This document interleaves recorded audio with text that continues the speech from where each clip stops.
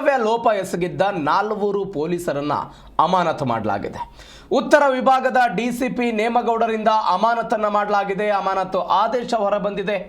ಸಂಜಯ್ ನಗರ, ಸುಬ್ರಹ್ಮಣ್ಯ ನಗರ, Nandini layout ಠಾಣೆ ASI Srinivasa Murthy, ASI Jayaramegowda, Subrahmanya ನಗರ ಠಾಣೆ, ಉತ್ತರ ವಿಭಾಗದ ಡಿಸಿಪಿ ನೇಮೇಗೌಡರಿಂದ ಅಮಾನತು ಆದೇಶ ಹೊರಬಿದ್ದಿದೆ.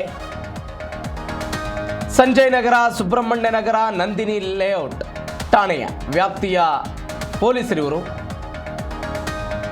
ASI Srinivasa Murthy Nandini layout ಠಾಣೆಯವರು, ASI Jayaramegowda ಎಚ್.ಸಿ. ಧರ್ಮ ಅಂತ ಇಬ್ರು ಸುಬ್ರಹ್ಮಣ್ಯ ನಗರ ಠಾಣೆಯವರು, ಕಾನ್ಸ್ಟೇಬಲ್ ನಜೀರ್ ಸಂಜಯ್ ನಗರ ಠಾಣೆಯ ಇವರು ಅಮಾನತಾದಂತಹ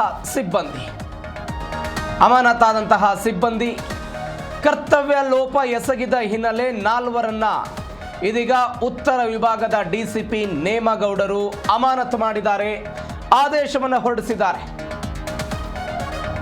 ಕರ್ತವ್ಯ ಲೋಪ ಇತ್ತೀಚೆಗಷ್ಟೇ ಒಂದು ವರದಿ ಬಂದಿತ್ತು, ಪೊಲೀಸರನ್ನ ಅತಿ ಹೆಚ್ಚು ಜನ ಅಮಾನತಾಗಿರೋದು ಕರ್ತವ್ಯ ಲೋಪ ಬೇರೆ ಬೇರೆ ಕಾರಣಗಳಿಗೆ ಅಂತ.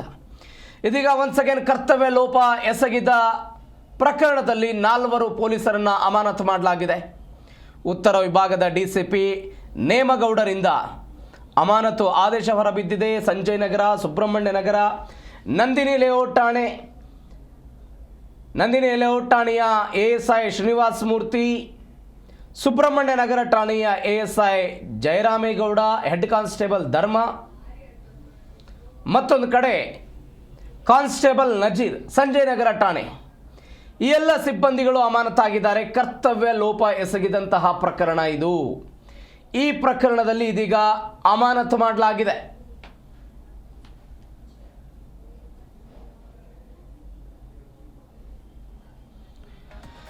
ದೂರು ನೀಡೋದಕ್ಕೆ ಒಬ್ಬ ವ್ಯಕ್ತಿ ಬಂದಿದ್ರು, ಆ ದೂರನ್ನ ಪರಿಗಣಿಸದೆ ನಿರ್ಲಕ್ಷ್ಯವನ್ನ ತೋರಿದ್ರು. ನಂದಿನಿ ಲೇಔಟ್ ಠಾಣೆಯ ಎಎಸ್ಐ ಶ್ರೀನಿವಾಸ್ ನಿತ್ಯಾನಂದ ಎಂಬುವರು ದೂರು ಕೊಡೋದಕ್ಕೆ ಬಂದಿದ್ರು, ಆ ದೂರನ್ನು ಪಡೆಯದೆ ವಾಪಸ್ ಕಳಿಸಿದ್ರು ಎನ್ನುವಂಥ ಆರೋಪ. ಟ್ವಿಟರ್ನಲ್ಲಿ ಪೋಸ್ಟ್ ಮಾಡಿದ್ರು ದೂರುದಾರ ನಿತ್ಯಾನಂದ. ಪೊಲೀಸರ ವರ್ತನೆಯ ಬಗ್ಗೆ ಪೋಸ್ಟ್ ಮಾಡಿದ್ರು ದೂರುದಾರ. ದೂರು ಬಂದ ಬೆನ್ನಲ್ಲೇ ಎಎಸ್ಐ ಅಮಾನತುಗೊಳಿಸಿ ಡಿಸಿಪಿ ಆದೇಶವನ್ನು ಹೊರಡಿಸಿದ್ದಾರೆ. ಕೋರ್ಟ್ನಿಂದ ಸಮನ್ಸ್ ಬಂದರೂ ಸರಿಯಾದ ಸಮಯಕ್ಕೆ ಹಾಜರುಪಡಿಸದೆ ನಿರ್ಲಕ್ಷ್ಯ ವಹಿಸಿದ್ದಾರೆ. ಪ್ರಕರಣವೊಂದರ ಸಾಕ್ಷಿಗಳನ್ನು ಹಾಜರುಪಡಿಸೋದಕ್ಕೆ ಕೋರ್ಟ್ ಸಮನ್ಸ್ ಕೊಟ್ಟಿತ್ತು. ಸಾಕ್ಷಿಗಳನ್ನು ಸರಿಯಾದ ಸಮಯಕ್ಕೆ ಕೋರ್ಟ್ಗೆ ಹಾಜರುಪಡಿಸದೆ ನಿರ್ಲಕ್ಷ್ಯವನ್ನು ತೋರಿದ್ರು ಸುಬ್ರಹ್ಮಣ್ಯ ನಗರ ಪೊಲೀಸ್ ಠಾಣೆಯ ಸಿಬ್ಬಂದಿ ಎಎಸ್ಐ ಜಯರಾಮೇಗೌಡ ಹಾಗೂ ಹೆಡ್ ಕಾನ್ಸ್ಟೇಬಲ್ ಧರ್ಮ. ಹೀಗಾಗಿ ನಿರ್ಲಕ್ಷ್ಯ ತೋರಿ ಕರ್ತವ್ಯ ಲೋಪ ಎಸಗಿದ್ದರಿಂದ ಈ ಇಬ್ಬರು ಸಿಬ್ಬಂದಿಯನ್ನು ಸಸ್ಪೆಂಡ್ ಮಾಡಲಾಗಿದೆ.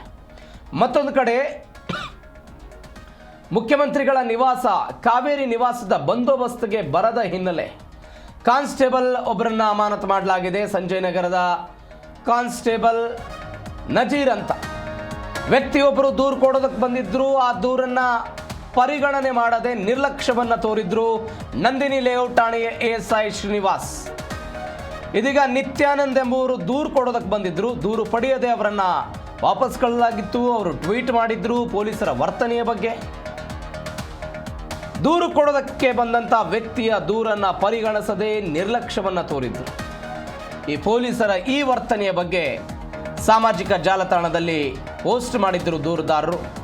ಹೀಗಾಗಿ ದೂರು ಬಂದ ಬೆನ್ನಲ್ಲೇ ಎಎಸ್ಐ ಅಮಾನತುಗೊಳಿಸಿ ಡಿಸಿಪಿ ಆದೇಶವನ್ನು ಹೊರಡಿಸಿದ್ದಾರೆ. ಇದು ಒಂದು ಪ್ರಕರಣ. ಮತ್ತೊಂದು ಪ್ರಕರಣದಲ್ಲಿ ಕೋರ್ಟ್ ಸಮನ್ಸ್ ವಿಚಾರ.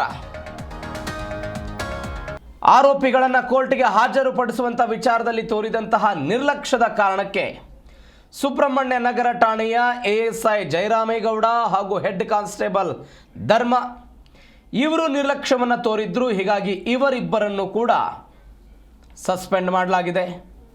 ಮತ್ತೊಂದು ಕಡೆ ಮುಖ್ಯಮಂತ್ರಿಗಳ ಅಧಿಕೃತ ನಿವಾಸ ಕಾವೇರಿ, ಈ ಕಾವೇರಿಗೆ ಭದ್ರತೆಯನ್ನು ಒದಗಿಸಲಾಗುತ್ತೆ. ಈ ಬಂದೋಬಸ್ತ್ಗೆ ಕಾನ್ಸ್ಟೇಬಲ್ ಒಬ್ಬರು ಬಂದಿರಲಿಲ್ಲ ನಜೀರ್ ಅಂತ, ಅವರನ್ನು ಕೂಡ ಸಸ್ಪೆಂಡ್ ಮಾಡಲಾಗಿದೆ. ಈ ಬಗ್ಗೆ ಹೆಚ್ಚಿನ ಡೀಟೇಲ್ಸ್ ಕೊಡ್ತಾರೆ ನಮ್ಮ ಪ್ರತಿನಿಧಿ ವಿಶ್ವನಾಥ್, ಫೋನ್ ಸಂಪರ್ಕದಲ್ಲಿದ್ದಾರೆ. ವಿಶ್ವನಾಥ, ನಿನ್ನೆ ಕೂಡ ಒಂದು ಪ್ರಕರಣದಲ್ಲಿ ಪೊಲೀಸರನ್ನು ಸಸ್ಪೆಂಡ್ ಮಾಡಲಾಗಿತ್ತು. ಇದೀಗ ಒನ್ಸ್ ಅಗೈನ್ ಬೇರೆ ಬೇರೆ ಪ್ರಕರಣಗಳಲ್ಲಿ ಬೇರೆ ಬೇರೆ ಪೊಲೀಸ್ ಠಾಣೆಯ ಪೊಲೀಸರನ್ನು ಸಸ್ಪೆಂಡ್ ಮಾಡಲಾಗಿದೆ. ಏನು ಎತ್ತ ಇದು?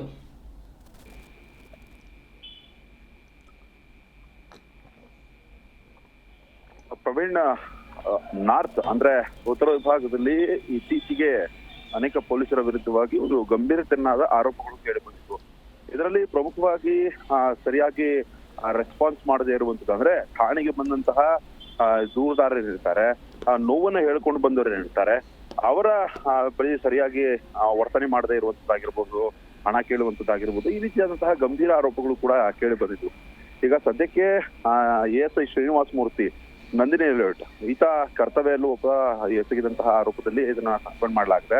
ಮತ್ತು ಈ ಸುಬ್ರಹ್ಮಣ್ಯ ನಗರ ASI ಜಯರಾಮೇಗೌಡ ಮತ್ತು ಹೆಡ್ ಕಾನ್ಸ್ಟೇಬಲ್ ಧರ್ಮ ಏನಿದ್ದಾರೆ ಅವರನ್ನು ಕೂಡ ಸಸ್ಪೆಂಡ್ ಮಾಡಲಾಗಿದೆ. ಮತ್ತು ಕಾನ್ಸ್ಟೇಬಲ್ ನಜೀರ್, ಸಂಜಯನಗರ ಪೊಲೀಸ್ ಠಾಣೆ, ಇವರನ್ನು ಕೂಡ ಸಸ್ಪೆಂಡ್ ಮಾಡಲಾಗಿರುವಂತದ್ದು. ಅಂದ್ರೆ ದೂರು ನೀಡುವುದಕ್ಕೆ ಬಂದಂತಹ ಈ ದೂರುದಾರರಿರ್ತಾರೆ ಅವರನ್ನ ಸರಿಯಾದಂತಹ ರೀತಿಯಲ್ಲಿ ನಡೆಸ್ಕೊಳ್ದೇ ಇರುವಂತದ್ದು ಮತ್ತು ನಿರ್ಲಕ್ಷ್ಯ ತೋರಿದಂತಹ ಆರೋಪದ ಮೇಲೆ ಇವರನ್ನ ಸಸ್ಪೆಂಡ್ ಮಾಡಲಾಗಿದೆ. ಮತ್ತು ಈ ನಿತ್ಯಾನಂದ ಎಂಬುವರು ಈ ಬಗ್ಗೆ ಒಂದು ಟ್ವೀಟ್ ಅನ್ನು ಕೂಡ ಮಾಡಿರ್ತಾರೆ. ಅಂದ್ರೆ ಈ ನಂದಿನಿ ಲೇಔಟ್ ASI ಶ್ರೀನಿವಾಸ ಮೂರ್ತಿ ಏನಿದ್ದಾರೆ ಅವರ ವಿರುದ್ಧವಾಗಿ ನಿತ್ಯಾನಂದ ಅನ್ನೋರು ಟ್ವೀಟ್ ಮಾಡಿದ್ದಾರೆ, ಸರಿಯಾಗಿ ಸ್ಪಂದನೆ ಮಾಡ್ತಾ ಇಲ್ಲ ಅನ್ನೋ ಒಂದು ಆಂಗಲ್ ನಲ್ಲಿ. ಹೀಗಾಗಿ ASI ಅಮಾನತುಗೊಳಿಸಿ DCP ನೇಮಗೌಡ ಆದೇಶವನ್ನ ಹೊರಡಿಸಿರುವಂತದ್ದು. ಇನ್ನು ಕೋರ್ಟ್ ನಿಂದ ಸಮನ್ಸ್ ಬಂದರೂ ಸರಿಯಾದ ಸಮಯಕ್ಕೆ ಹಾಜರುಪಡಿಸಿದ ನಿರ್ಲಕ್ಷ್ಯ ತೋರಿಸಿದಂತಹ ಆರೋಪ ಮತ್ತು ಪ್ರಕರಣವೊಂದನ್ನ ಸರಿಯಾಗಿ ತನಿಖೆ ಮಾಡಿದಂತಹ ಆರೋಪ, ಸಾಕ್ಷಿಗಳನ್ನ ಸರಿಯಾಗಿ ವಿಚಾರಣೆ ನಡೆಸಿದಂತಹ ಆರೋಪ, ಇವೆಲ್ಲ ಆರೋಪಗಳು ಕೂಡ ಸಾಕಷ್ಟು ಕೇಳಿ ಬಂದಿದ್ವು. ಇನ್ನು ಸಂಜಯ್ ನಗರ ಠಾಣೆ ಈ PC ನಜೀರ್ ಏನಿದೆ ಬಂದೋಬಸ್ತಿಗೆ ನಿಯೋಜನೆ ಮಾಡಲಾಗಿತ್ತು, CM ಬಂದೋಬಸ್ತ್ಗೆ. ಆದ್ರೆ ಆತ ಗೈರಾಗಿ ನಿರ್ಲಕ್ಷ್ಯ ವಹಿಸಿದಂತಹ ಹಿನ್ನೆಲೆಯಲ್ಲಿ ಈತನ ಸಸ್ಪೆಂಡ್ ಮಾಡಲಾಗಿರುವಂತದ್ದು.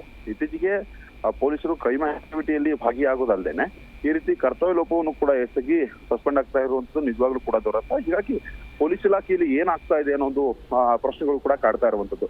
ಸದ್ಯಕ್ಕೆ ಹಿರಿಯ ಅಧಿಕಾರಿಗಳು ಕೂಡ ಪ್ರಕರಣಗಳನ್ನ ಗಂಭೀರವಾಗಿ ಪರಿಗಣನೆ ತೆಗೆದುಕೊಂಡು ಮುಂದಿನ ದಿನಮಾನಗಳಲ್ಲಿ ಇವನ್ನೆಲ್ಲ ಸರಿಪಡಿಸಬೇಕಾಗತ್ತೆ. Praveen, okay Vishwanath, thank you ನಿಮ್ಮೆಲ್ಲ ಡೀಟೇಲ್ಸ್ಗೆ.